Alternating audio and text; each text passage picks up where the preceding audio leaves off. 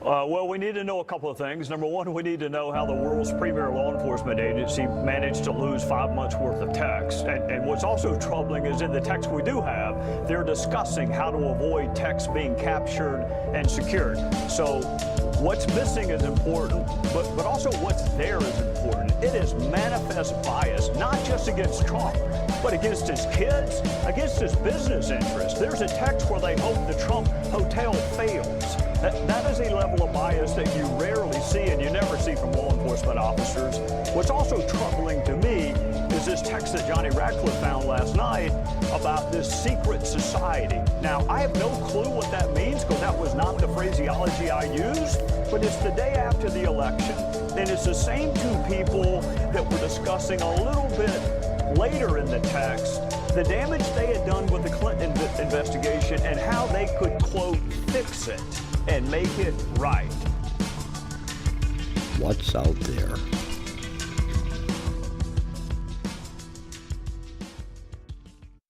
Today is Thursday, April 26, 2018. I'm Papa Bear, and this is What's Out There. Welcome. This is the LNM Radio Network at lnmradionetwork.com, late night in the Midlands.com, and also 101.7 WCET Columbia Talk. There's been a lot going on with government and, of course, social media and alternative media, if you will, mainstream media, and information is getting out and information is not getting out. And if we remember back when President Trump first got into office, there was going to be a release of the JFK files, everything from the assassination from JFK, and there was some information that was being held back and was going to be, I guess, reviewed before it would be released. And today, I believe, is the date of that release, the rest of the information on that release. Also, apparently, when Lisa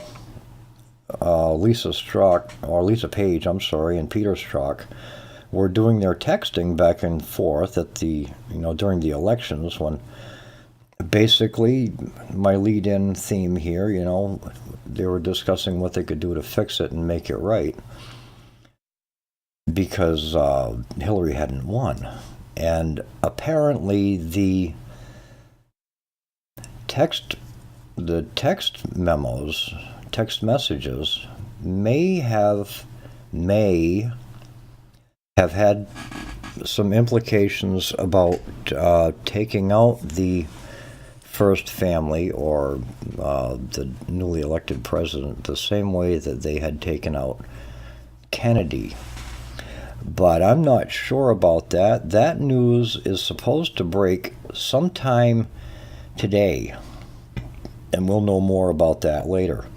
The thing is that the DNC has filed a lawsuit because Comey was dragging his heels on the investigation, the Russia investigation, which of course, there was no crime to begin with. A collusion isn't a crime, but whatever.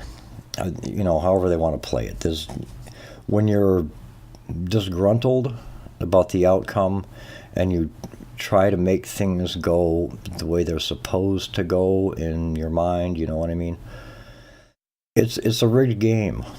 Like the court systems, it's a rigged game. And if you remember General Flynn, they terminated him because of they charged him because of what they called a false statement under oath. And how many false statements were made, by other people, and nothing was ever done? It's like there's a double standard in the judicial system. At 8 o'clock this morning, President Trump was on Fox and Friends, and he's long-winded. He's quite upset, and he's a little, I don't know, again, I would say upset or maybe disappointed that the Justice Department, or Department of Justice, whatever, they're not doing anything. They're dragging their heels. And of course, it was noted that Trump does have full control over the Justice Department. But President Trump had already made it known that he wasn't going to get involved with the Justice Department. It wasn't going to, change, It didn't want to look like he was rigging the whole system. He's trying to do everything on the up and up. But if things keep going the way they're going, they're going to change, and they're going to change fast. Mr. Trump is running out of patience. I mean, he has, he's been obstructed. There's been a lot of stuff. I don't know how he does it, quite honestly. I mean, the man is under a lot of pressure. I think the only way that he can do it is if he doesn't pay attention to the butcher news, to all the negativity. You can't expose yourself to a lot of high negativity and still be positive. It's a real tough feat. So you have to be careful to. I'm losing my losing my memory here. Goodness, I've got so much stuff going on. There have been secrets that the government doesn't like to tell you about, okay? And for a while, of course, everything is quiet, and they call this all conspiracy theory until all of a sudden, someone comes out, and it becomes declassified, and it's no longer conspiracy theory. And then back when you were that crazy conspiracy theorist, well, all that stuff seems to be null and void, and we forget about it. But according to Live Science, there are reports here, 22 declassified military and CIA secrets. Basically, it's government and military secrets, and they can range anywhere from terrifying to amusing. You know how it goes, and of course, downright absurd. But here are 22 of them. One of them is called Project 1794. In late 2012, the U.S. Air Force declassified a trove of documents, including records of a secret space program, or a secret program, to build a flying saucer-type aircraft designed to shoot down Soviet bombers. The ambitious program, called Project 1794, was initiated in the 1950s, and a team of engineers was tasked with building a disc-shaped vehicle capable of traveling at supersonic speeds at high altitudes. The declassified documents revealed plans for the plane to reach a top speed of Mach 4, which is 4 times the speed of sound, and reach an altitude of 100,000 feet. The project's estimated cost was more than $3 million, which in today's dollars would be more than $26 million. Project 1794 was canceled in December of 1961 after tests suggested the flying saucer design was aerodynamically unstable and would likely be uncontrollable at high speeds, let alone supersonic speeds. Then there is Project Iceworm. In the 1960s, the U.S. military embarked on a secret mission to build a series of mobile nuclear missile launch sites under the Greenland ice sheet. The objective was to house medium-range missiles close enough to strike targets within the Soviet Union. The program was codenamed Project Iceworm, but to test its feasibility, the Army launched a cover research project called Camp Century in 1960. Under this guise, engineers built a network of underground buildings and tunnels, including living quarters, a kitchen, a recreation hall, infirmary, laboratories, supply rooms, and a communication center and a nuclear power plant. The base, which was kept secret from the Danish government, operated for 7 years. The project was canceled in 1966 after shifting ice created unstable conditions. Today, the crushed remains of Project Iceworm are buried beneath the Arctic snow. Then we have Project MK Ultra. A lot of people have heard about this one. During the Cold War, the CIA initiated Project MK Ultra, a secret and illegal human research program to investigate potential mind control systems. The program's operators examined the effects of hypnosis, biological agents, and drugs such as LSD and barbiturates on human subjects.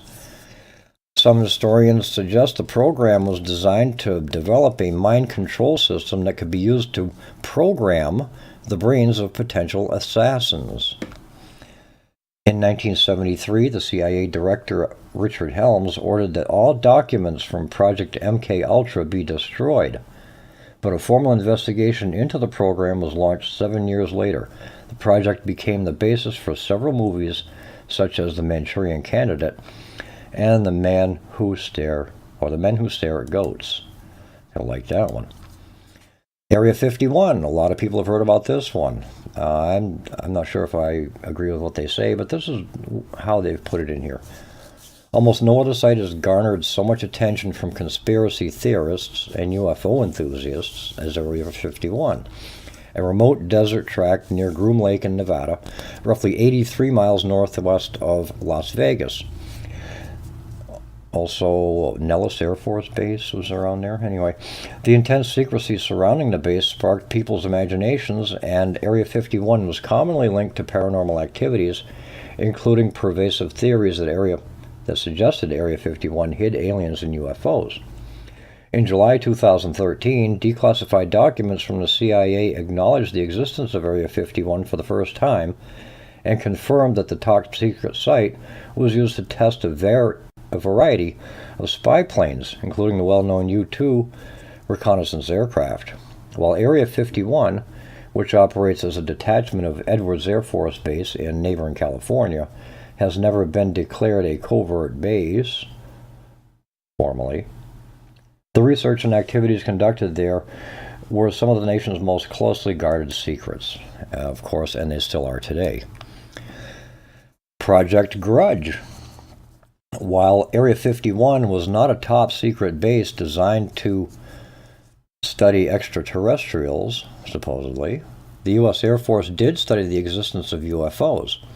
Project Grudge was a short-lived project launched in 1949 to study unidentified flying objects. The mission followed an earlier program known as Project Sign, which published a report in early 1949 stating that while some UFO seemed to be actual aircraft, there was not enough data to determine their origins. Critics of Project Grudge said the program solely set out to debunk UFO reports, and very little actual research was conducted. In his book on the topic, Edward J. Ruppelt, Air Force captain and director of Project Grudge, wrote, "It doesn't take a great deal of study of the old UFO files to see that standard intelligence procedures were not being followed by Project Grudge. Everything was being evaluated on the premise that UFOs couldn't exist.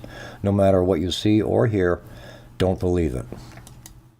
So basically it was another, I don't know, it's hard to say. Operation Paperclip. A lot of people heard about this one too. In September of 1946, Harry Truman authorized a program called Operation Paperclip, which aimed to lure scientists from Nazi Germany to the United States following World War II. Officials at the Office of Strategic Services, or the OSS, the predecessor of the CIA, recruited German scientists to America to aid the country's post-war efforts, which would also ensure that valuable scientific knowledge would not end up in the hands of the Soviet or the divided East and West Germany.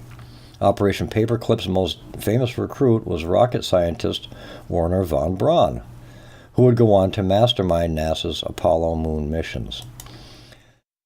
Operation Northwoods, another one that sounds familiar to a lot of people.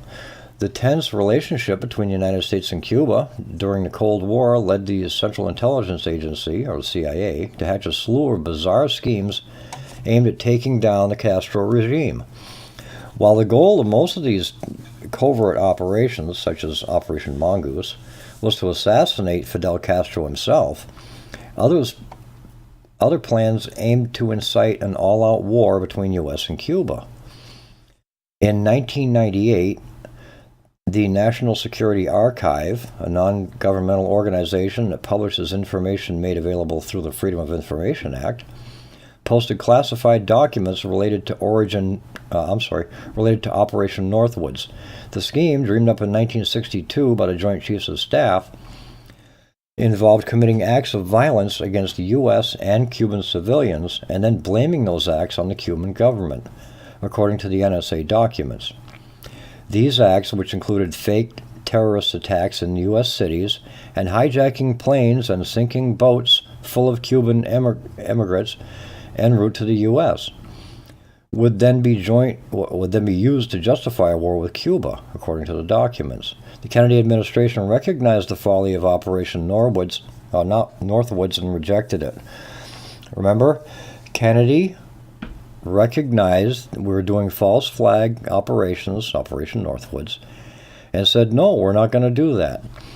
And then the next thing you know, Kennedy is no longer in the picture.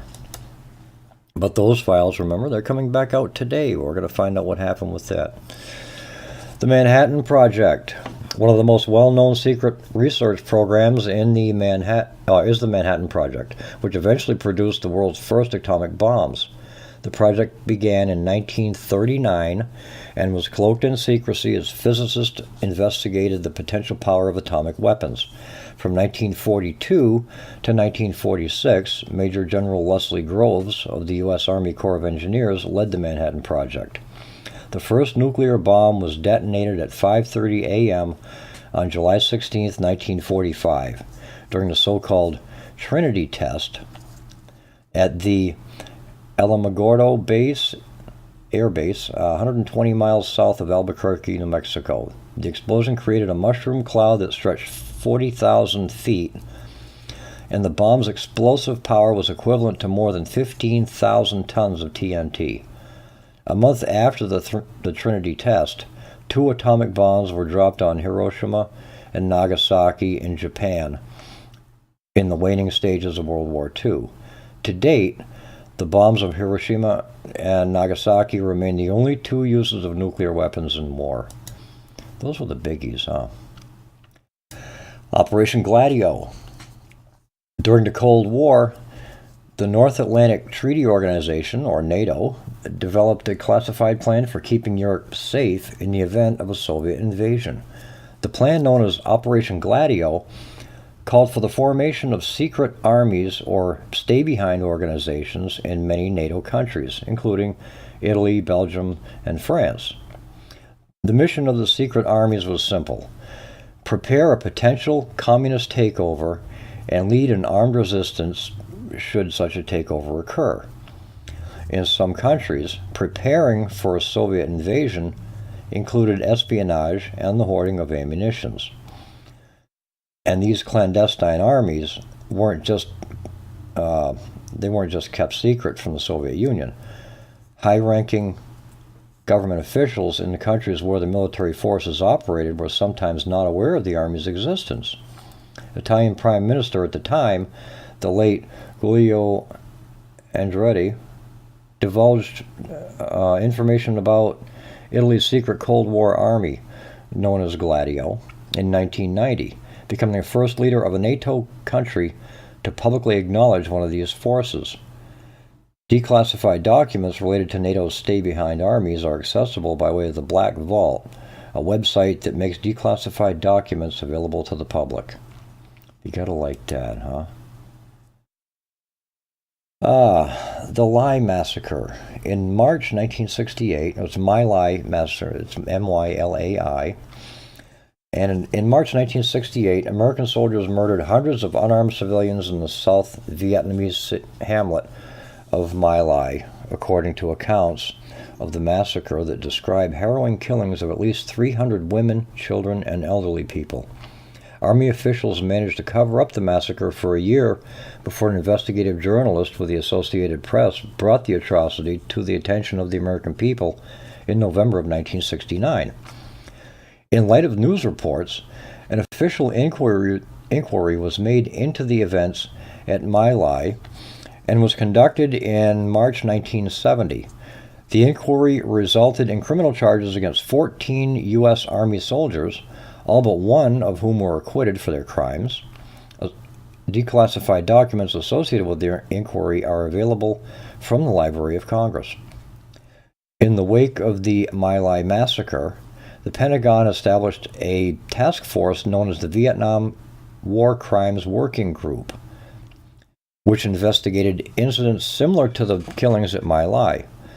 That group compiled more than 9,000 pages of documents detailing crimes by U.S. troops during the Vietnam War, many of which were declassified during the 1990s. These and other declassified documents regarding Vietnam War crimes can be accessed through the National Archives. The next one is Operation Washtub. Secret armies also existed in the United States during the Cold War. In 2014, declassified documents from the U.S. Air Force and FBI revealed a plan dreamed up in 1950 for a covert intelligence and evasion and escape operation in Alaska. Nicknamed Operation Washtub, the plan called for the retraining of ordinary Alaskans in coding, decoding, and other espionage techniques so they could spy on the enemy in the event of a Soviet invasion of Alaska. While such an invasion never occurred, a total of 89 agents were trained for this purpose. Now you see that? It isn't too bad. We were allies with Russia for a long time. We share borders, right? There's no problem. Anyway, Oleg Penkovsky. Oleg Penkovsky was a high-ranking Soviet military intelligence officer who worked as a spy for the United States and Great Britain during the Cold War. I think we're still doing that today, aren't we? Best known for his role in the Cuban Missile Crisis of 1962, Penkovsky supplied the U.S. government with valuable details about the capabilities of Soviet missiles that had been installed in Cuba. The spy was eventually sniffed out by his fellow Soviet intelligence officers, charged with treason, and executed in 1963. However, there are some people who believe that Penkovsky was just a decoy who may have relayed false information about Soviet arms capabilities to U.S. intelligence agents. Some point to declassified documents outlining the intelligence provided by Penkovsky as proof the spy's loyalty was really to the Soviet Union. Acoustic Kitty. A report from 1967 shows that the CIA spent millions of dollars in an attempt to train domesticated cats to spy on the Soviet Union. Yeah, cats. Nicknamed Acoustic Kitty, the program involved implanting electronic spying equipment into live cats, then training them to eavesdrop on unsuspecting Cold War rivals. If you don't believe this ridiculous program existed, you can read more about it in a memorandum published by the National Security Archive. Greenland's Lost Bomb. In 1968, a U.S. B-52 bomber carrying 4 hydrogen bombs on a routine mission crashed near Thule Air Force Base in Greenland. In the aftermath of the crash, American and Danish officials launched a project to clean up radioactive debris and collected the scattered pieces of the nuclear bombs. However, for years later, news reports out of Denmark and the U.S. questioned whether all 4 bombs had really been located. In 2008, the BBC published an article based on declassified documents regarding the Thule accident, asserting that one of the 4 hydrogen bombs was never recovered from the crash site. This claim by a respected publication led the Danish Prime Minister to request a new investigation into the declassified documents used for the BBC report. That investigation, led by Danish scholar Svend Aj Christensen, found that the BBC's report was not based on any new declassified information. It drew information from that had previously been declassified, and that all 4 weapons had in fact been destroyed during the crash in 1968, according to the National Security Archive. Project Horizon. Kind of like a flat Earth thing, huh? When I think Horizon, I think flat Earth. Anyway, before the civilian space organization NASA put the first astronaut on the moon in 1969, at least 2 U.S. military organizations drew up plans for establishing strategic nuclear strategic lunar military outposts. In 1959, the U.S. Army drew up a proposal for a manned military base on the moon. That proposal, which was submitted by the Army's Chief of Research and Development, was dubbed Project Horizon and would develop and protect potential United States interests on the moon, according to declassified documents. Another program, this one developed by the U.S. Air Force, sought to establish a lunar base Earth bombardment system that met specific military requirements. Another Air Force study, this one submitted in 1959, involved detonating a nuclear weapon on the moon.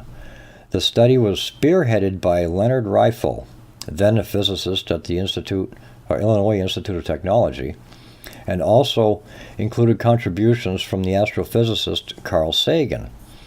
In a 2010 interview with the New York Times, Riefel said that the foremost intent of the nuclear detonation was to impress the world with the prowess of the United States. You gotta like that. The Mapimi Silent Zone. A declassified document could help clear up some urban legends at one of Mexico's most bizarre tourist traps, the so-called Mapimi Silent Zone, a small stretch of desert in Durango, Michigan, where, according to a local legend, radio waves cannot be transmitted.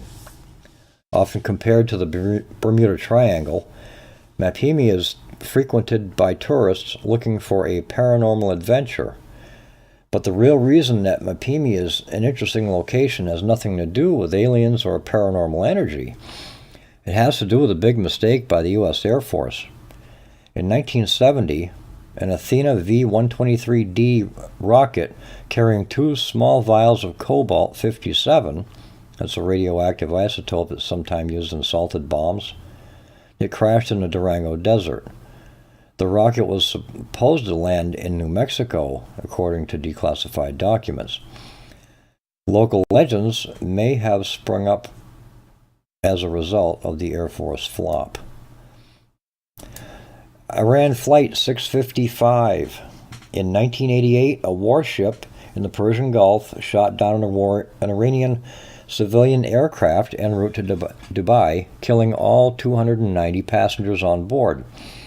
Navy personnel incorrectly identified the civilian plane as an Iranian fighter jet before launching the missile that took down the flight. The U.S. reached a settlement with Iran in 1996, which had agreed to pay $61.8 million to compensate for the families of the Iranian victims. However, the U.S. government never issued an apology. The Pentagon conducted a now declassified official investigation into the incident in 1988 and did not find fault with the naval officers who brought down Flight 655. However, in the wake of the investigation by the Department of Defense, several journalists pointed out discrepancies between the official report and later accounts of what occurred. For example, the flight was originally said to have deviated from its standard route, but this was later found to be false. The report also states that the warship was operating in international waters at the time of the missile launch, which was in fact operating in Iranian territorial waters. Anyway, we are going to take a break, and you're listening to What's Out There on the LNM Radio Network, late night in the Midlands, and 101.7 WCET. We'll be right back.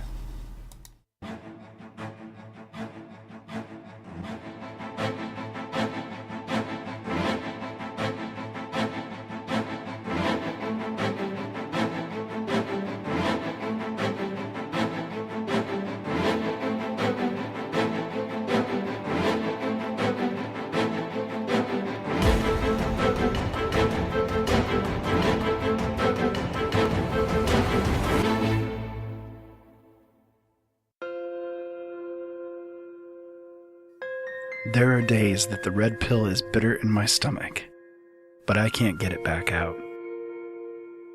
I think because I have to. I speak because I have no choice. I walk through this dark age we're in with open eyes,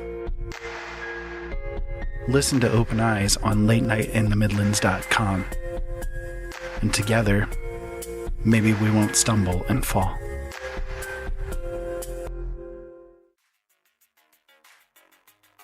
The L&M Radio Network offers a chat room for you, the listener, to connect with others whom are interested in the topics and guests that the L&M Radio Network brings to you.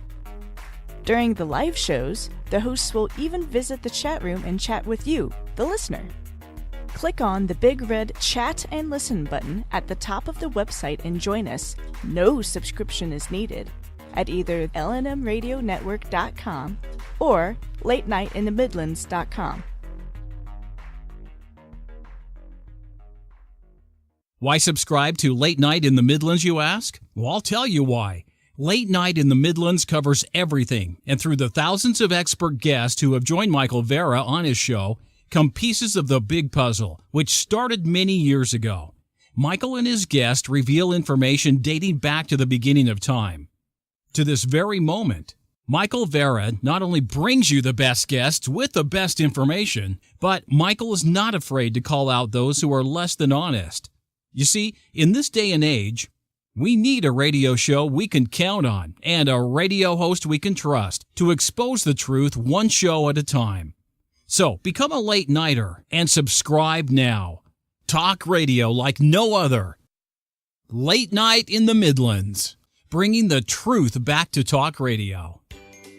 Do you need toner for your Epson, Hewlett-Packard, Canon, Brother, Apple, or Sharp printers? Look no further than Laser Technologies. In business for over 20 years, they offer the lowest prices on toner on the web. They can also repair your laser printers and toners fast and easy. Call their expert staff today at 561-792-9600 or email us at service@laser-technologies.com for all your toner needs. All toner is shipped nationwide. Why wait? Get the lowest prices on toner. Call or email us today.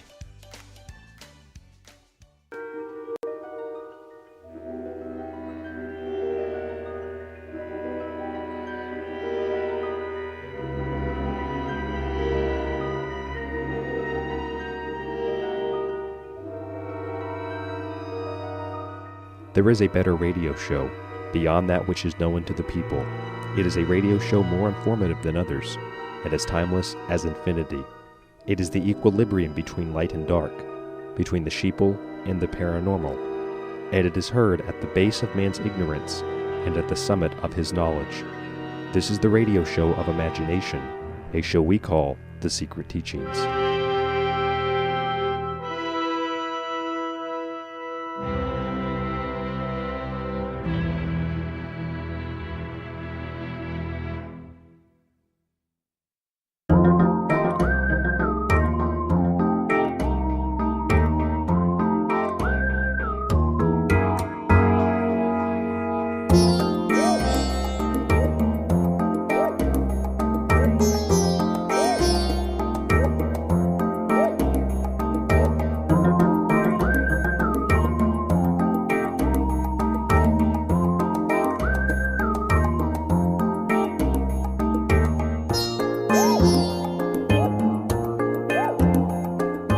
Music by bensound.com. Bensound at bensound.com. This is Late Night in the Midlands.com, lnmradionetwork.com, also 101.7 WCET FM, Columbia Talk. You can listen to us on TalkStream Live, as well as TuneIn and Paranormal Radio apps. But on TalkStream Live, we do have if you missed the show, it will be replayed 12 hours after the live airtime on the L&M Radio Network at TalkStream Live. And you can access the replays of this show also on YouTube at YouTube channel What's Out There. And if you would, please like, share, and subscribe. Your support helps, and I appreciate all your support. Back to where we were, I think. And, it's not that the government does shady things behind our back, there's always a level of secrecy you're going to find in the government. It's always there. And apparently we're not going to, well, there hasn't been any signs of losing it anytime soon, but we'll see how it goes. Back to where we were. Declassified military and CIA secrets. We're over to the kidnapping of the Lunik. And sometimes declassified documents read like a scene out of a James Bond film. And that's the case with this one. It's titled The Kidnapping of the Lunik. It tells the story of a CIA-led mission to borrow a Soviet lunar satellite for just one night.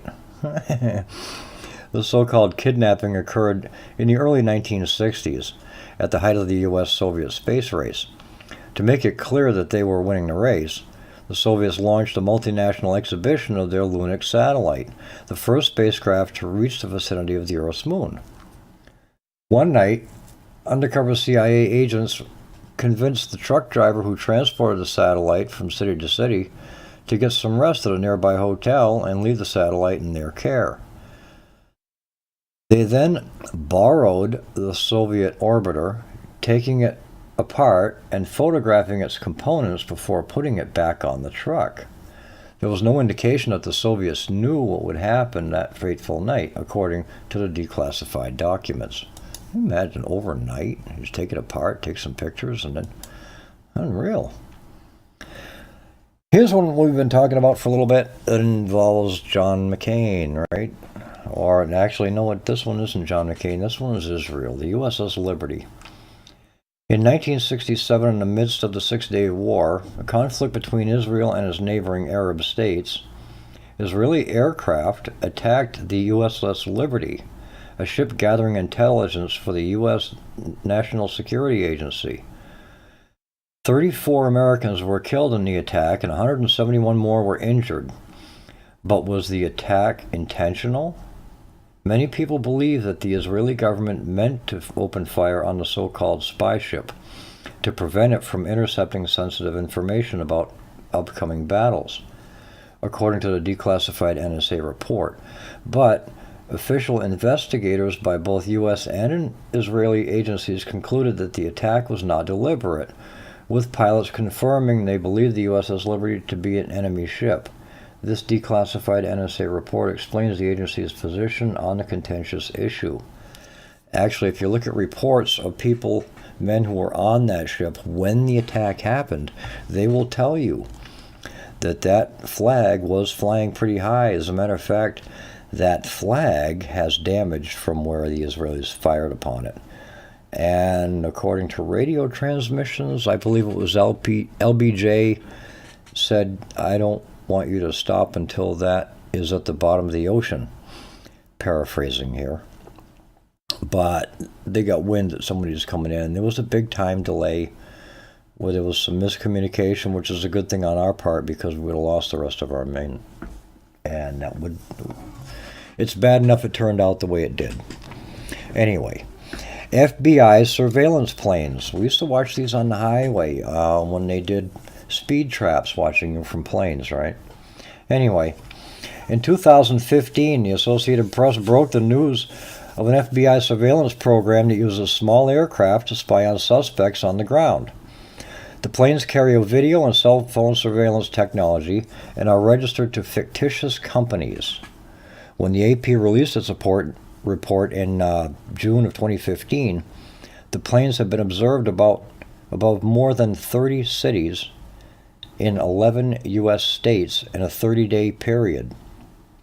While the FBI told the AP that its aerial surveillance program is not secret, details about what information the planes collect is highly censored in publicly available documents, according to the Associated Press. The report also states that the FBI operates these planes without judicial approval. One document obtained by the National Security Archive shows the names and addresses of the fictitious companies that operate the planes.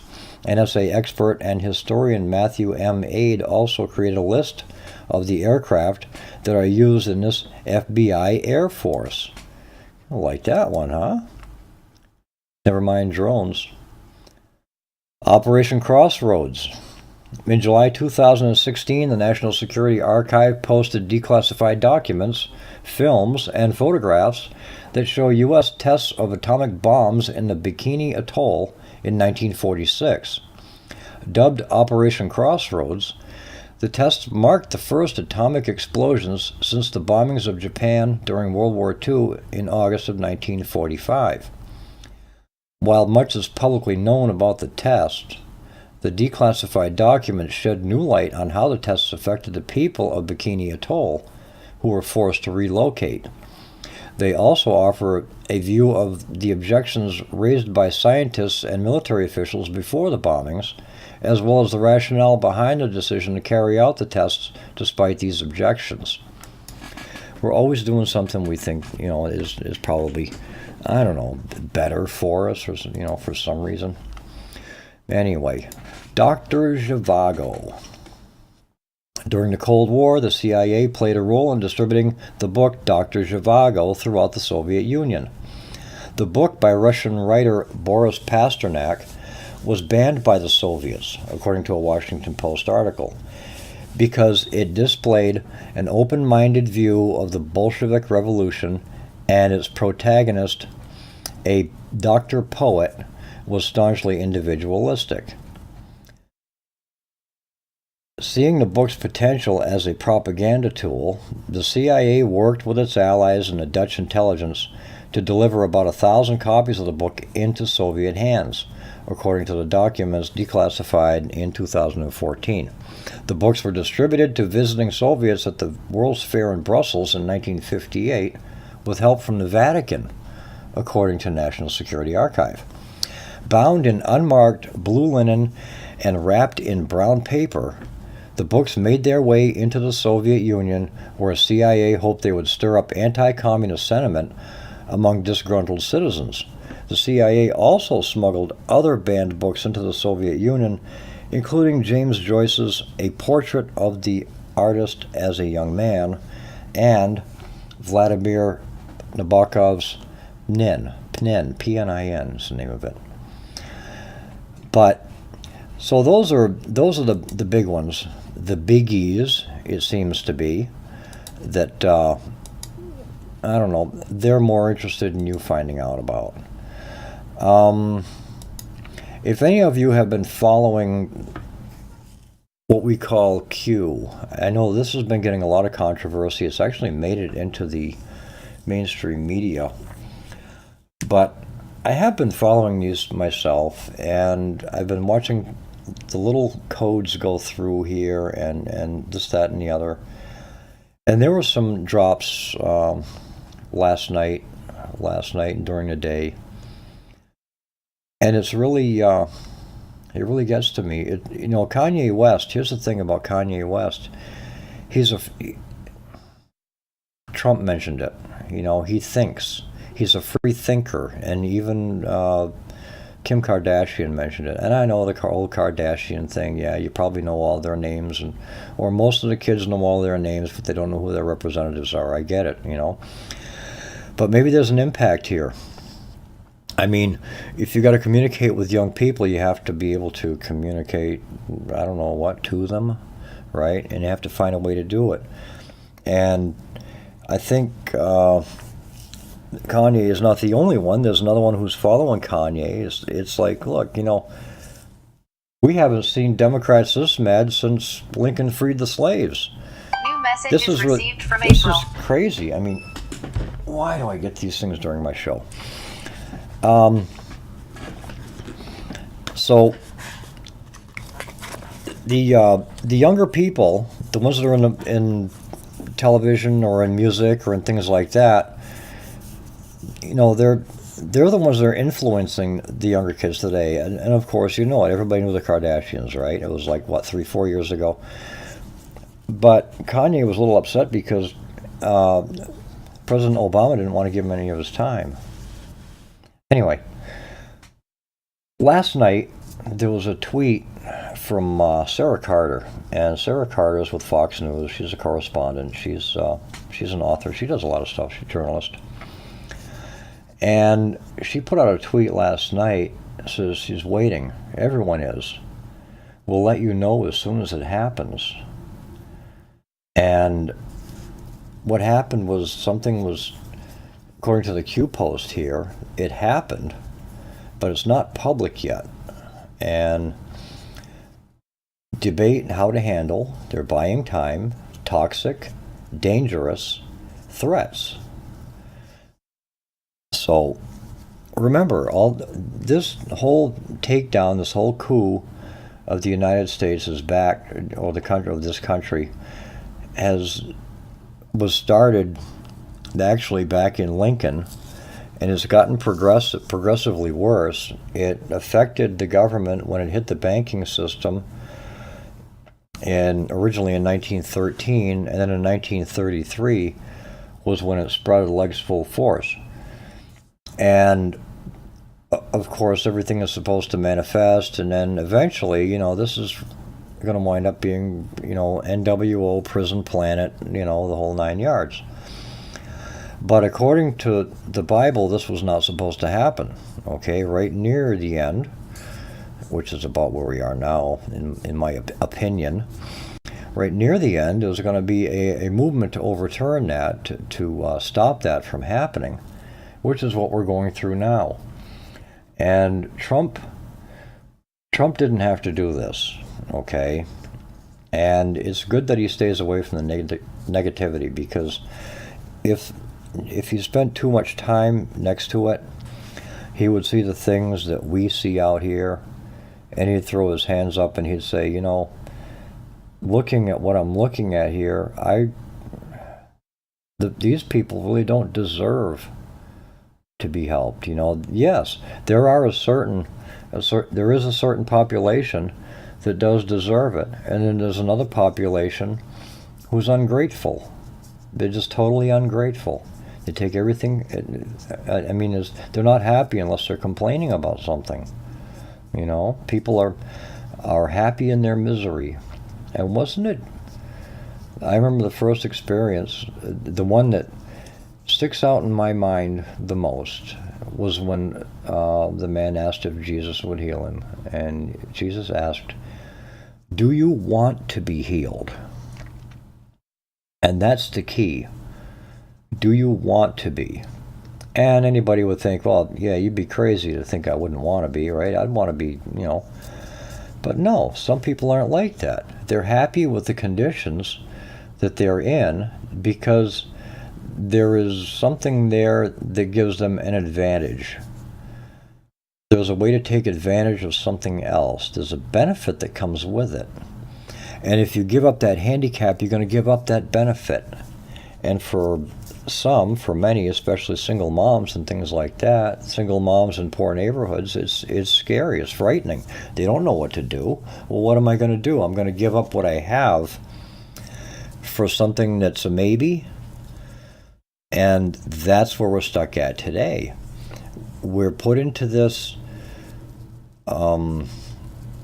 financial rut where everybody has to pay to exist. The animals don't pay to be here.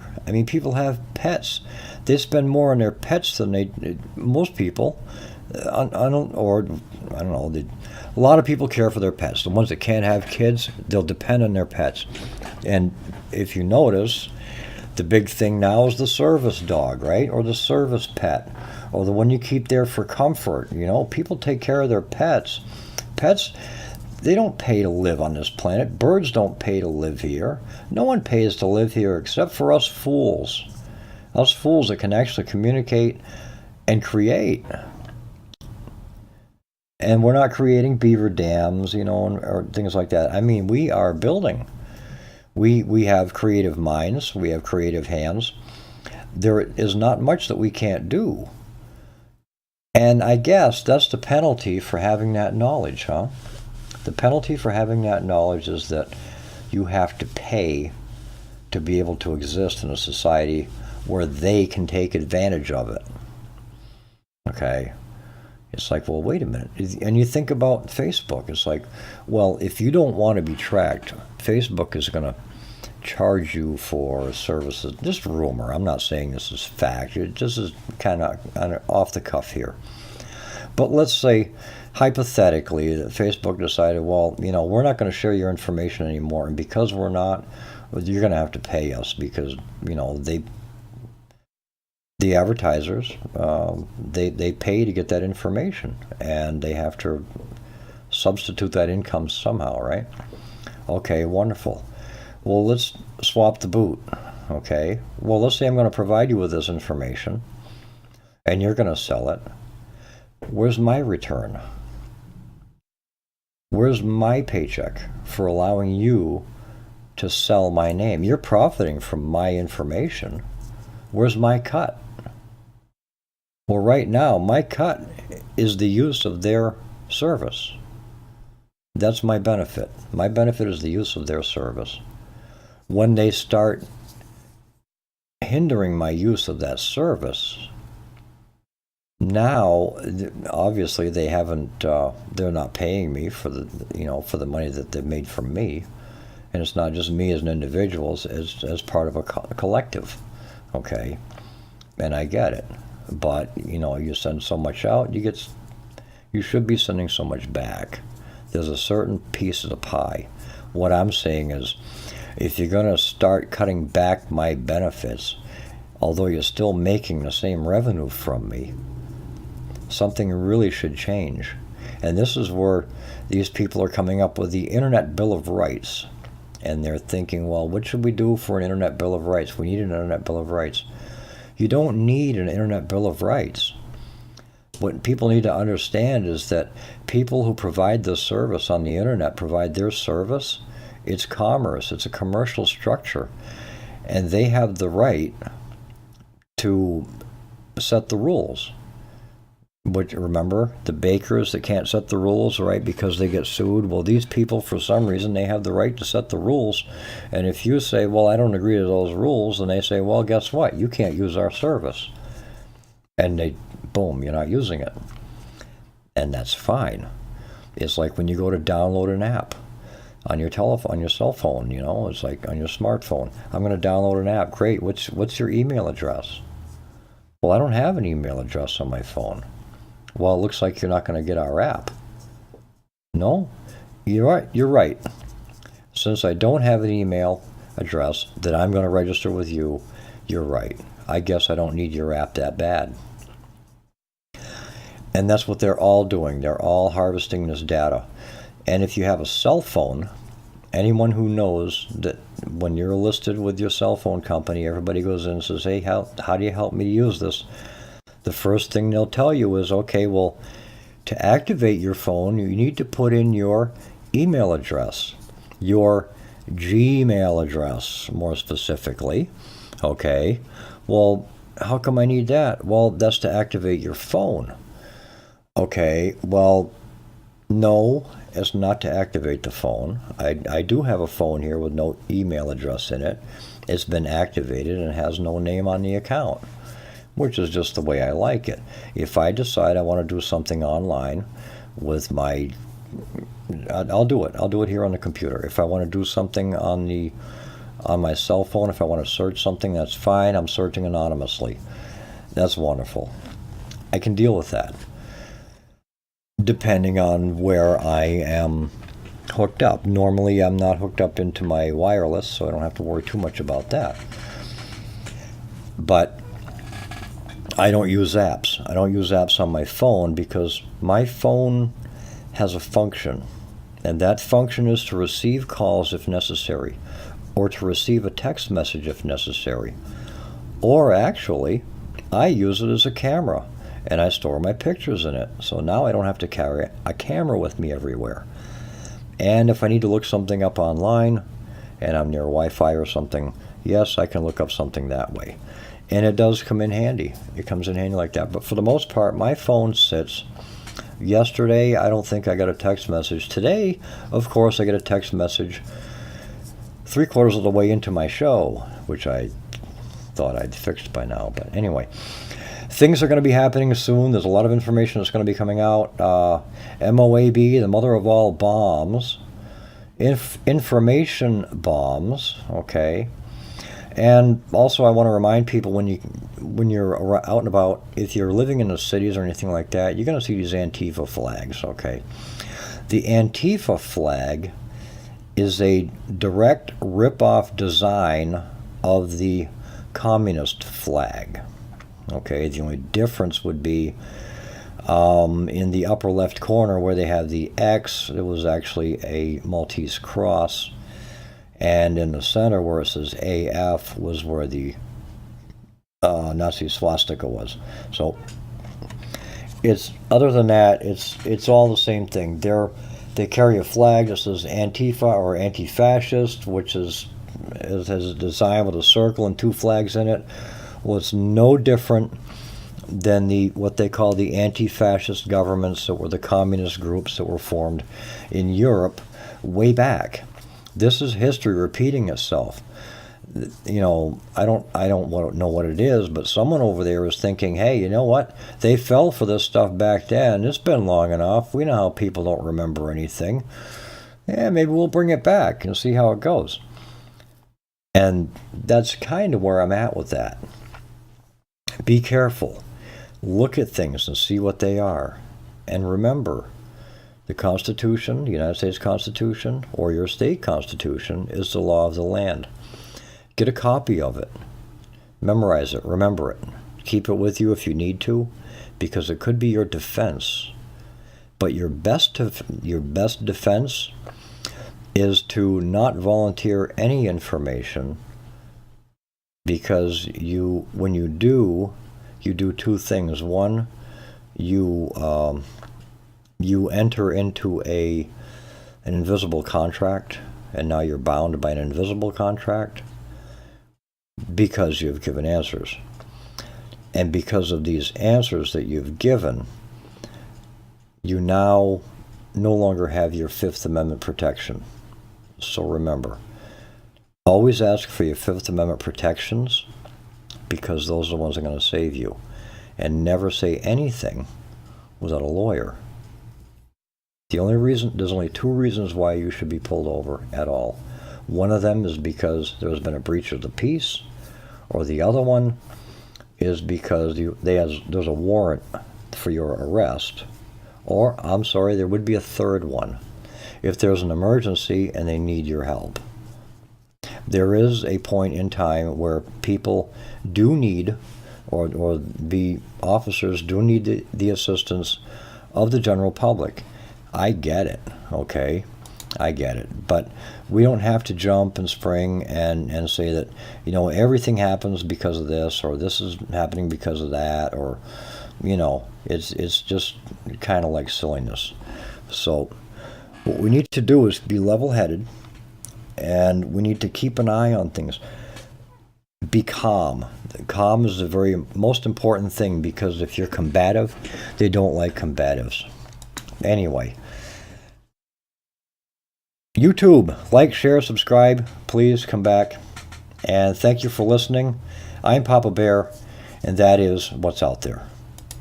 Discussing how to avoid text being captured and secured. So what's missing is important, but also what's there is important. It is manifest bias, not just against Trump, but against his kids, against his business interests. There's a text where they hope the Trump hotel fails. That is a level of bias that you rarely see, and you never see from law enforcement officers. What's also troubling to me is this text that Johnny Ratcliffe found last night about this secret society. Now, I have no clue what that means, because that was not the phraseology I used, but it's the day after the election, and it's the same two people that were discussing a little bit later in the text the damage they had done with the Clinton investigation and how they could, quote, fix it and make it right. What's out there?